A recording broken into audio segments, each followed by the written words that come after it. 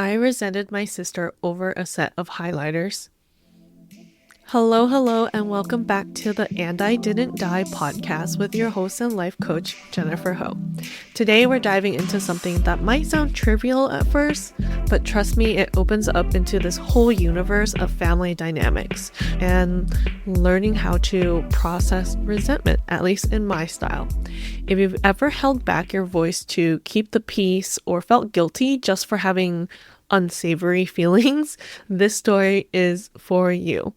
I want to take you back to when I was 11 or 12 years old. I don't remember exactly how old I was, but I do remember clearly that I had this beautiful set of Sharpie accent liquid chisel tip pen style highlighters. I had begged my mom in the aisles of Walmart to get these for me, and we made a deal that if I got the highlighters, I'd keep my grades up. Now, if you're into stationery, you'll appreciate this too. These highlighters came in a clear case, the kind where each highlighter had its own designated slot, so they wouldn't move around if you took one out and then moved the whole case. Like they wouldn't shake. It was really easy to keep them in order. And the ink, it was bright and smudge free, and the barrel fit so nicely in my hand, and they were clear so you could see like how much ink was still in there. Just the whole experience of using them was great, and I cherished them so much. And then they vanished one day. What happened next shaped my understanding of family rules, fairness, and my role as the eldest daughter in ways that I'm frankly still unpacking today. But I'm going to unpack some of it here. If you're ready for the whole story, let's go for it. So it was a weekday afternoon. I'd just gotten home from school and I was getting ready to do my homework. I got really, really excited about using my highlighters for my notes. And so I opened my little drawer and they weren't there. I panicked. I was like, oh my goodness, where are these? Like, did I stash them somewhere? And I questioned myself because I have this habit, a bad habit, of putting prized possessions away in places that I swear I'll remember, but sometimes forget. Like, I find cash in books that I have not touched in a long time, and I stash them there thinking I'll remember. And it makes sense in the moment, but never when I actually need the thing. So I sincerely believed that I had stashed these highlighters somewhere, and suddenly, I could not remember. So I tore apart my entire room and I still couldn't find them. My mind was like just freaking out. Like, did I take them to school with me? I checked my backpack. Nope. Did I stash them in my piano bench? I flipped that thing over and flipped through all the songbooks. Nope, not there. Did I hide them in the back of my closet? I took my sweaters out. I checked every single shelf. Nope, no highlighters. I was pretty heartbroken. I couldn't ask for a new set because I just knew I would get in trouble for losing them. And it had been so hard to convince my mom I needed these in the first place. There was no way that I could let her know that I lost them. It felt like a really sad secret that I would have to keep. And I really, really hoped that they would turn up eventually. And eventually they did. But not for me. So one day I walked over to my baby sister's room and I saw the highlighters.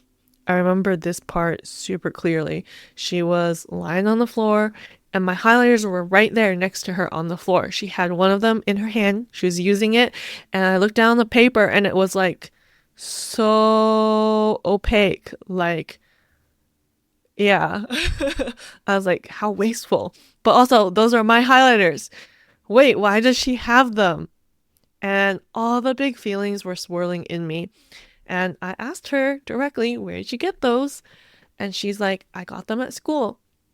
Like, imagine, I think I was 11 or 12. So she was 5 or 6.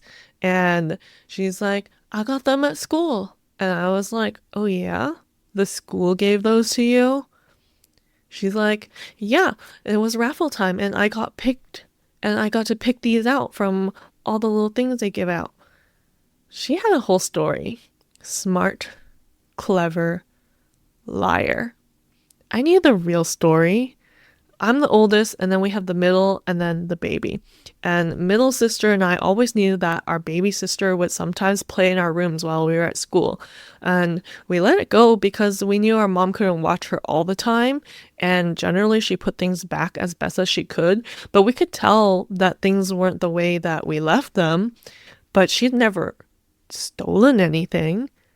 And I had thought that baby sister, after she went to kindergarten, that she had stopped going into my room. But in this moment, it clicked that, oh, shoot, did she just get better at covering her tracks? So much so that I didn't even suspect her to begin with when I lost my highlighters. Like, why would I? But also, weren't we all raised the same? Not to steal and not to lie? There was no way I was gonna let her get away with this. So I stood at baby sister's door, blocking her escape and keeping the scene of the crime intact. I called for mom, ready for justice to be served because it really needed to be. All this time, the little brat, she seemed unfazed and just kept doing her thing. And when our mom came over, I asked mom, "You see her highlighters? Did she tell you where she got those?" Mom looked at baby sister, then the highlighters, then back to baby sister, and she asked her, "Where'd you get those?" Baby sister looked mom right in the eye and said, "The school gave them to me." How infuriating. I looked at my mom and she was still looking at baby sister. I was eager. I was anticipating that mom would interrogate her further. It was so obvious. Like, there was no way that the school gave those to her, and there was no way that mom bought her story. I don't quite remember what happens next, but I know that she let baby sister off the hook. Didn't ask more questions, didn't call her out, and yeah, I really can't remember the words. It was something like, "That's great," kind of like the shrugging emoji. And that was it with mom. And for me, I remember like through my being, like as I tell you this, I can feel the disappointment reverberating through my whole body. I was so sure. I was so sure, yet I was so wrong about her getting in trouble. And I hate being wrong. I like to be right. As our mom walked away, I followed her. I was like, "You know she's lying, right? You know she stole them from me, right? You know there's no way the school gives those out, right?" Mom goes, "Just let her have them. You're older. You need to set an example by being generous." It didn't get it. I still don't get it. Everything I was so sure about, all the rules that applied to me, apparently did not apply to my sister. I know for a fact that if I had taken something from my sisters, I would have to give it back. If I lied, I would have been yelled at. And what confused me most was that if I had done either, I wouldn't be able to see my lie through to the end. I would have been consumed by guilt and I would have broken down and confessed it all at some point, especially if I was caught. But how come that's not my baby sister's experience? She really was different from me. It wasn't fair on so many levels. I went from being angry about the highlighters to being angry about how I had to stomach the unfairness to keep the peace for everyone else. I was beyond angry. I resented both my mom and my sister for this.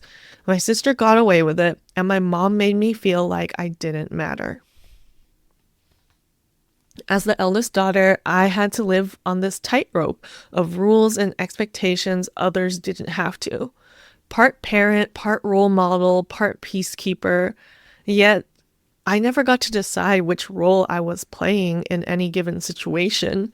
It was always dependent on what was convenient for everyone else. And in this case, it was convenient for my mom. It was convenient for my sister. I think about that story now, and it's really not about the highlighters at all. It didn't stuck with me because of the highlighters. I can live without those. But it sticks with me because it was really hard to live with the resentment. As the eldest daughter, I've long felt really bad for feeling this way. It's scary both because of what I feel and what I thought that it meant about me.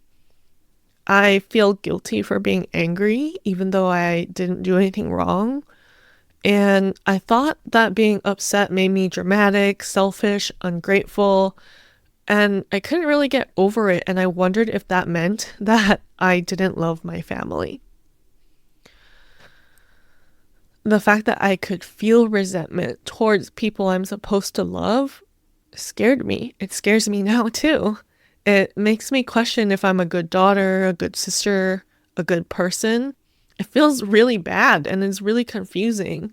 That moment planted a lot of other fears too. Like if I speak up, no one cares. Or I'll be punished for being honest. Or if I don't stay quiet and generous, I'll make everything worse. Or my needs aren't as important.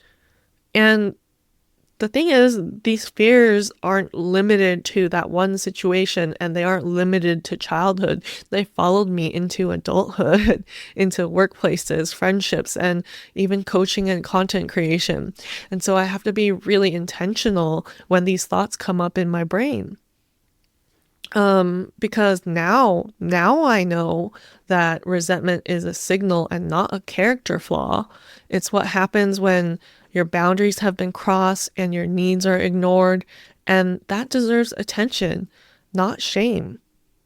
But in my system, shame still comes up first, and I have to intentionally give it proper attention.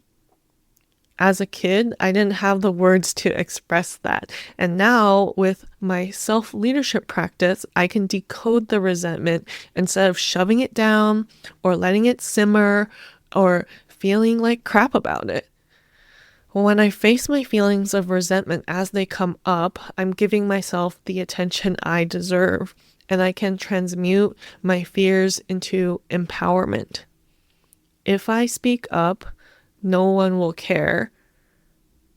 No, instead of that, my truth is valid, even if others don't acknowledge or understand it. Instead of, I'm going to be punished for being honest, I redirect myself. Being honest is an act of self-trust, and I deserve to live in alignment with my values.